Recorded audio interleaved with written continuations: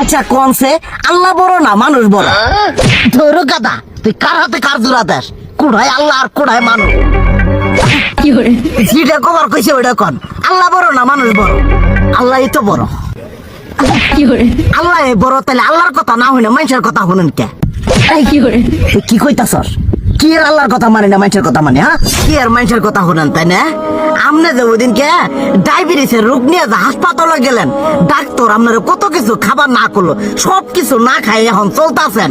তাহলে আল্লাহ যে আপনারে কইছে যে হারাম খাবার না, সুদ খাবার না, কই আপনি তো কাম কাজ বাদ দিয়ে এলাকার মধ্যে টাকা পয়সা না গায়ে খালি ওইলে দিয়েই খান, নিজেরা টেও হালাল ভাবে কামাই করেন না, ওই সুদ তো না করে টাকা করে লাভ আহে ওইলে দিয়ে দিয়ে চলেন আর পেটটা বড় বানাইছেন। শুনেন একটা কথা কই, হারামের কোনোদিন আরাম নাই। হালাল পথে রুজি রোজগার করেন, প্রয়োজনে এড়া বেলা কম খায়েন, তাও শরীর পিণ্ডও ভালো থাকবো, কোনো রোগ বেদও হবো না, আরামও পাবেন, আল্লাহও খুশি থাকবো। তুই আমার এইভাবে বুঝাবি আগে কইলি না কে?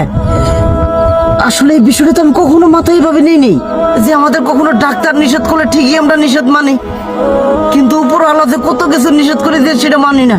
আর এই যে হারাম পথে টিয়া পয়সা কামাই করতেছেন, শরীরের মধ্যে দুনিয়া রোগ বেত হয়েছে, দেখা যাইতেছে যা টিয়া হারাম পথে কামাই করতেছেন তার তো বেশি টিয়া মনে করেন জ্বলে যাইতেছে গা বেশি। আজকের পর থেকে আমি আর এই হারাম সুদ খামো না, আমি হালাল পথে চলবো, হালাল টাকা পয়সা ইনকাম করবো। এতে করে যদি একবেলা কমও খাইতে হয় তবুও খামো, তবু আমি আর এই হারাম পথে চলবো না। আচ্ছা ঠিক আছে।